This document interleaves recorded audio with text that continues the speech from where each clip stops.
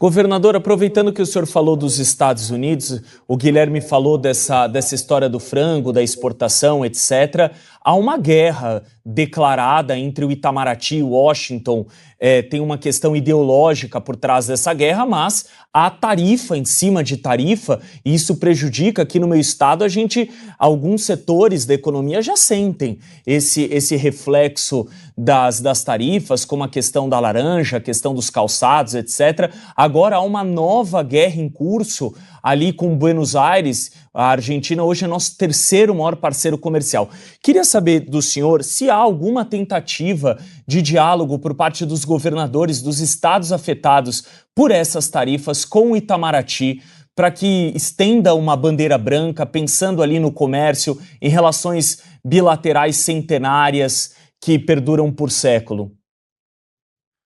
Ô Lucas, na primeira taxação lá atrás, quando se começou essa discussão, que foi o ano passado, eu tive em Washington falando com o embaixador do Brasil lá em Washington para ver de que maneira que a gente poderia colaborar, em especial, obviamente que eu estava pensando em especial nas empresas paranaenses que poderiam ser prejudicadas, mas os Estados Unidos, ele funciona...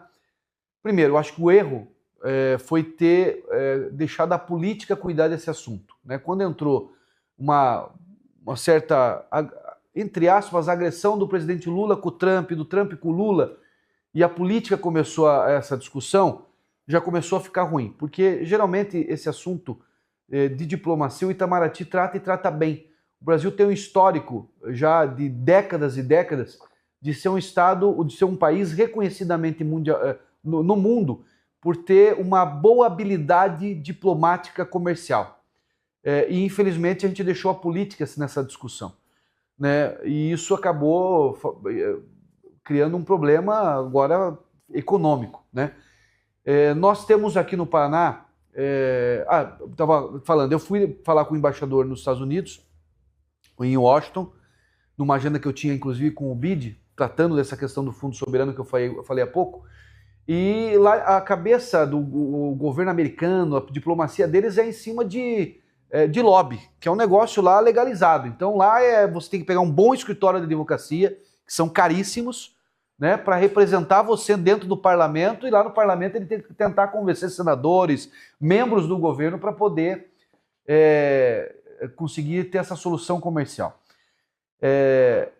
E nós aqui fizemos um trabalho do Estado para poder amenizar esse problema, em especial com o setor de madeira, porque o Paraná é o estado que mais produz derivado de madeira de reflorestamento. Desde celulose, cavaco para geração de energia, madeira para móveis, tapume, enfim. Então, e a gente exporta muito, em especial para a construção civil, para os Estados Unidos. Então nós fizemos um trabalho tributário, né, jogando tributos para ser recolhido lá na frente, daqui a alguns anos, para eles poderem ter uma melhora no fluxo de caixa deles, diminuir um pouco o custo. Pegamos uma linha de fomento do BRDE, que é o nosso Banco de Desenvolvimento da Região Sul, onde a gente, para capital de giro, com juros subsidiado.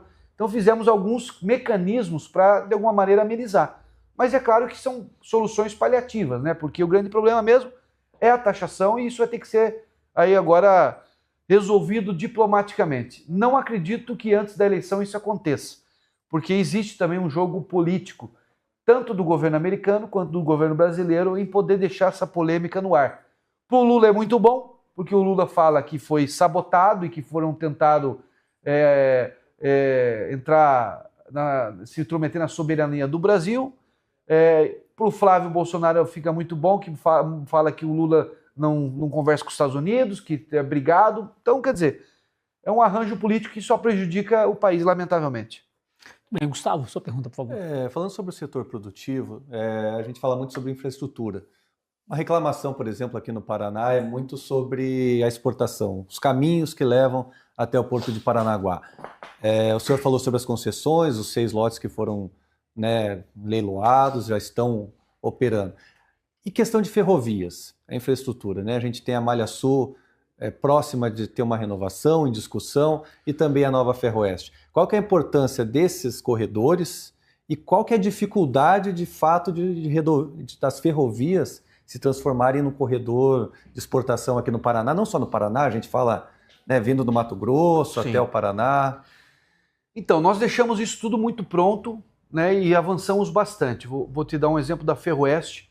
Ferroeste, nós saneamos ela tinha uma dívida de 200 milhões de reais do passado.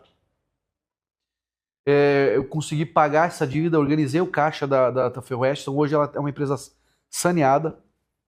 Nós fizemos a aprovação da lei na Assembleia Legislativa para ela... Primeiro eu fiz a renovação da concessão dela. Consegui no governo federal, ainda era o governo do presidente Bolsonaro com o Tarcísio, como eu tinha uma boa ligação com o Tarcísio, a gente conseguiu, e com o próprio presidente Bolsonaro, a gente conseguiu fazer a renovação da Ferroeste por mais de 90 anos, para que a concessão seja do Estado. Isso deu uma garantia para a gente fazer os investimentos, então fiz o saneamento dela. Aprovamos a lei na Assembleia para ela poder ser concedida ou privatizada, e a modelagem que nós encontrarmos que for melhor para o Estado e para a Ferroeste. Fizemos o estudo de Maracaju até o Porto de Paranaguá, o IVETEA, que são os 3 traçados, o IARIMA, que é o estudo ambiental. Então isso também já está pronto. É um projeto que foi, ou inclusive pela modelagem do BID também, que nos ajudou. E agora nós temos um problema que com a Malha Sul pode ser a solução. Por quê? Hoje, quem tem o direito à última milha, que a gente fala, que é a chegada no porto, é a Rumo, porque ela tem o direito da Malha Sul. A Malha Sul ela está sendo discutida se vai ser renovada ou vai ser uma nova concessão. Isso o Tribunal de Contas da União, junto com o Ministério da Infraestrutura, está fazendo esse estudo. Isso tem que acontecer agora em 2027, porque é o prazo que daqui a pouco está acabando o contrato. O que o Ministério da Infraestrutura pensa, e nós também, que a nossa Secretaria de Infraestrutura está avaliando que é a melhor alternativa. É nós colocarmos a Ferroeste junto da Malha Sul. Por quê? Ninguém vai ficar interessado na Ferroeste se não tiver a chegada no porto. Hoje, para chegar no porto, eu dependo da Rumo. Ninguém vai comprar um negócio que não vai chegar no porto.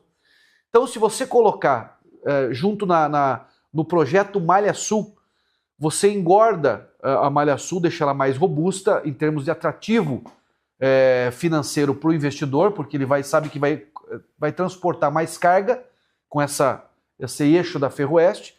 Então ele vai ter a oportunidade de ter um maior lucro. Só que automaticamente ele vai ter que ter um maior investimento também, porque só o projeto de Maracaju até o Porto de Paranaguá nós estamos falando de 10 bilhões de dólares.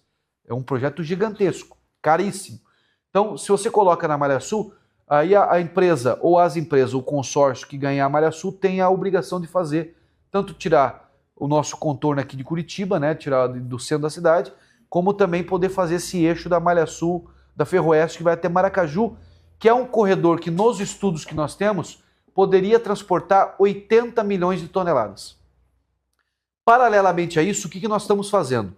Nós estamos terminando agora uma obra, mais 60 dias, eu acredito 70 dias, nós terminamos o Moegão, no Porto de Paranaguá. O Moegão é a maior obra portuária na atualidade no Brasil, dos últimos 4 anos. São 650 milhões de reais de investimentos que nós estamos fazendo lá. E o que vai fazer? Esse Moegão vai permitir o trem chegar, não ter que ser mais desmembrado, porque hoje ele é desmembrado no porto, então ele demora, a parte de manobra dele é muito demorada, isso atrasa, inclusive reflete na chegada de mais carga. Então ele vai, é uma pera, ele vem, faz uma pera, assim, uma volta, e ele vai sair de 500 descarga de vagões dia para 900 vagões dia. Então ele vai ampliar quase que dobrando a capacidade de descarga dele. Então isso vai fazer com que a gente aumente a produção de volume o movimento de toneladas no porto 35% a mais só com essa obra que vai ficar pronto. E nós vamos ser o primeiro porto do Brasil a ter o equilíbrio modal. 50% da carga chega por rodovia, 50% vai chegar por ferrovia. O problema nosso não é mais a descida da serra.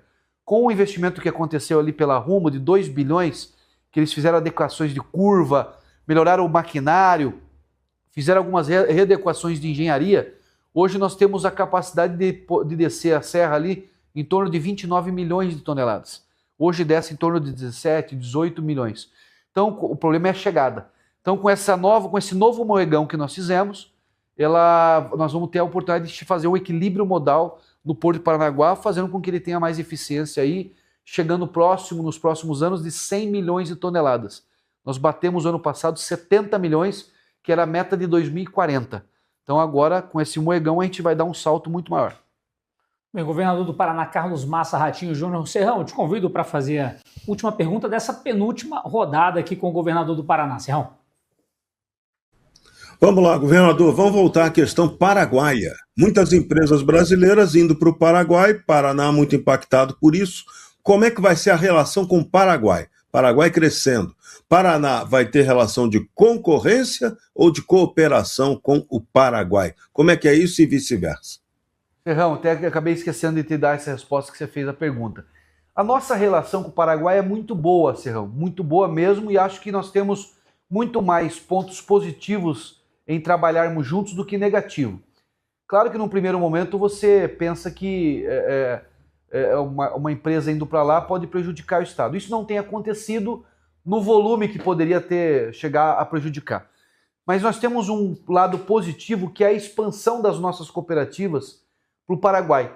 E essa expansão não está sendo feita fechando aqui indústria aqui e abrindo lá, não. É estrategicamente, realmente, para eles terem mais capacidade de produzir, inclusive trazendo essa produção para o Paraná e industrializando aqui. Então isso já está acontecendo, nós temos cooperativas que já estão no Paraguai, como a Cevale, como a LAR, e isso também é uma expansão de uma empresa paranaense entrando no mercado global, né, e deixando de ser uma empresa só nacional para ser uma empresa internacionalizada. Então eu vejo com bons olhos. Claro que o Paraguai hoje tem um atrativo tributário que é muito difícil de competir, e o Brasil, que infelizmente nessa mentalidade nacional, né, do governo atual, de manter uma carga tributária sempre criando mais taxa, e um custo Brasil da máquina pública que precisa de mais imposto para sustentar essa máquina, é natural que isso, para alguns setores, o Paraguai passe a ser bem atrativo. Mas aqui no Paraná a gente não tem sofrido ainda, espero que não sofra, com essas idas de empresas para lá. O que nós estamos trabalhando muito com o Paraguai é essa sinergia na produção de alimentos com as nossas cooperativas, que acaba fortalecendo elas aqui internamente também. Bem, governador, abrindo essa última rodada de perguntas aqui para o senhor, eu queria questioná-lo a respeito de 2026, se existiu algum convite da campanha do Flávio para que o senhor integrasse essa chapa como vice-candidato a presidente. E para 2030, o que podemos esperar do político Carlos Massa Ratinho Júnior? O senhor vai aguentar ficar cuidando das coisas, só da família? Volta para, quem sabe, uma candidatura a presidente em 2030? Como é que foi essa possibilidade de chapa com o Flávio em 2030? Olha, o que teve da questão do Flávio foi mais conversas informais, que não foi comigo, mas de pessoas, assim, cogitando, né, essa possibilidade, enfim, mas nunca, nem entre eu e ele, nem entre pessoas próximas com o aval dele, chegou a ter esse tipo de conversa. Que muito me honra se houvesse, obviamente, qualquer tipo de convite, né? O fato de, como eu falei, de você poder participar de um projeto majoritário nacionalmente é uma honra. Mas, aí a questão 2030, eu confesso para você que não parei para pensar ainda. Eu gosto de fazer política, acho que é uma obrigação minha de poder, de alguma maneira, colaborar. Eu acho que a gente está conseguindo entregar o Estado num novo patamar. Espero que o Sandro Alex, sendo o nosso sucessor, o Paraná hoje é a quarta economia do Brasil, nós passamos o Rio Grande do Sul, fizemos um feito, e se a gente manter esse ritmo, a gente pode ser a terceira economia do Brasil, passando Minas Gerais. É só a gente não errar e manter isso que está sendo colocado, esse planejamento que nós fizemos a médio e longo prazo. Então eu não penso 2030, eu acho que, obviamente, eu vou continuar fazendo uma política partidária, ajudando os prefeitos, as pessoas que eu acredito e que acho que é importante estarem na política, mas eu agora, nesse primeiro momento, quero me dedicar um pouco à família, né, meus filhos em especial, e também voltar para a iniciativa privada, que é da onde eu vim. E, obviamente, depois, aí 2030, se eu puder colaborar, sendo protagonista ou sendo coadjuvante, de alguma maneira, com o Brasil, obviamente que eu vou estar à disposição. Muito bem, Lucas Sava, vamos ver se ele aguenta 15 dias, né, Lucas Sava? Tá com você, próxima pergunta. Olha, tô achando que não, viu, governador? Segundo sua biografia, o senhor está na política desde 2003. Tô achando que esse tempo com a família não dura muito.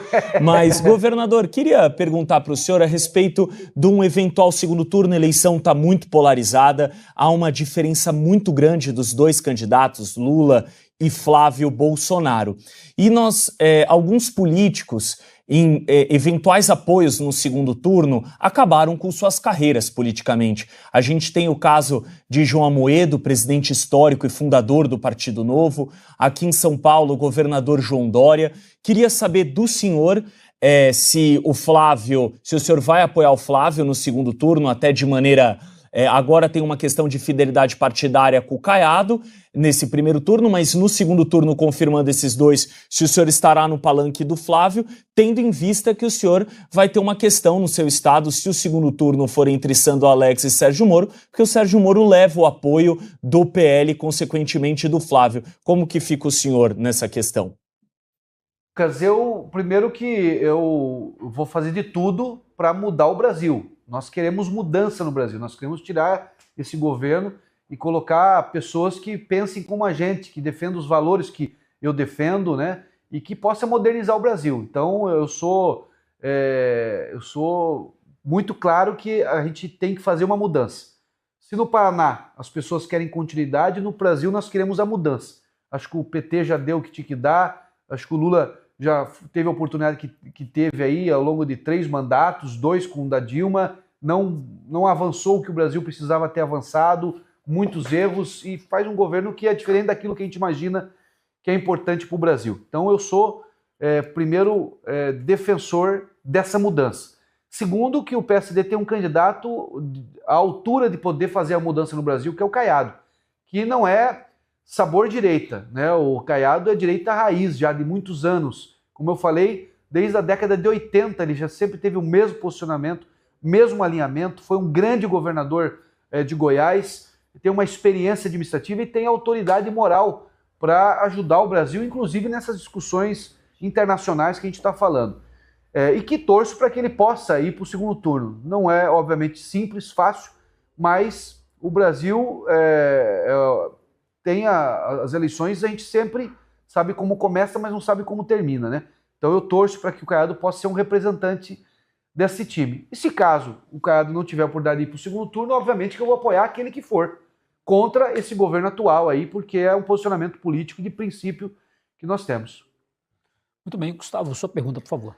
Isso incluiria, governador, de repente, um convite, um ministério, algum cargo no governo futuro Flávio Bolsonaro, caso fosse eleito? Não penso nisso, assim. Primeiro que nunca fui cogitado nem por mim, nem por ninguém, né? E não dá pra gente também pensar num negócio desse antes de ter as eleições finalizadas.